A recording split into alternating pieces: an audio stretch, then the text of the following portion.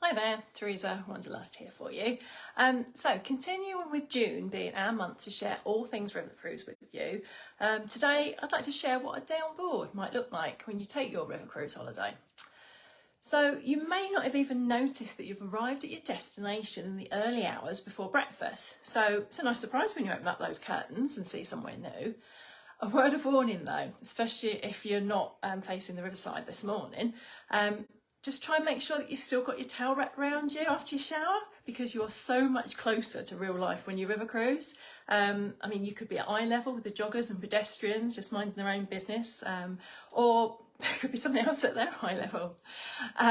So maybe you might need to grab something light for breakfast because you're going to go off on those e-bikes for the morning before it gets too warm.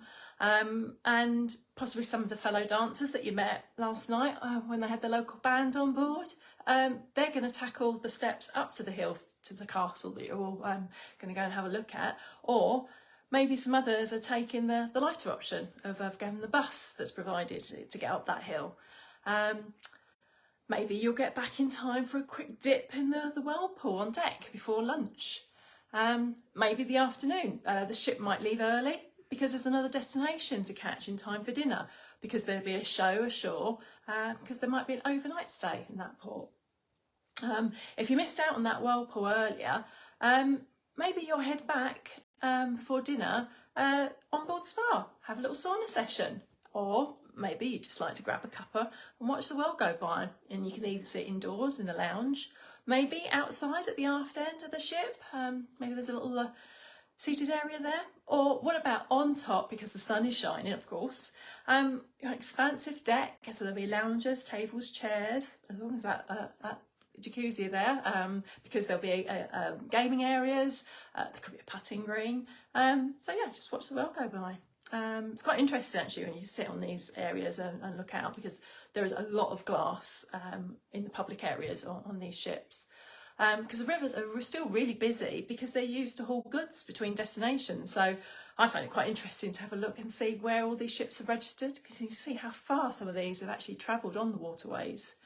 So kind of coming towards the end of the day, maybe dinner might not be actually a long leisurely one for that night, because you've just arrived somewhere new that afternoon, so you've got a walking tour with the ship's company tonight. So what a way to end your evening. So there's people coming and going all day long on the ship, lots of different things going on, people doing their own thing, people on organised trips. So it's always interesting because the housekeeping staff have got their work cut out for them, but considering there's only a maximum of 200 people on board, do you know what? I still haven't worked out where the crew live. And if you're on one of those all butler suite ships, where are the butlers hanging out when you don't need them? So, most people would have boarded at the same time as you, so you'll get to connect with your fellow sailors for the next few weeks or days or just a week. So with fewer people, river cruising really does feel a little bit more intimate. Although the pricing is great value versus a multi-city break, or even versus kind of ocean-going ships. So tell you what, get in touch with us at Wanderlust and find out a little bit more about river cruising, about how we can get you on one soon. Thanks for listening.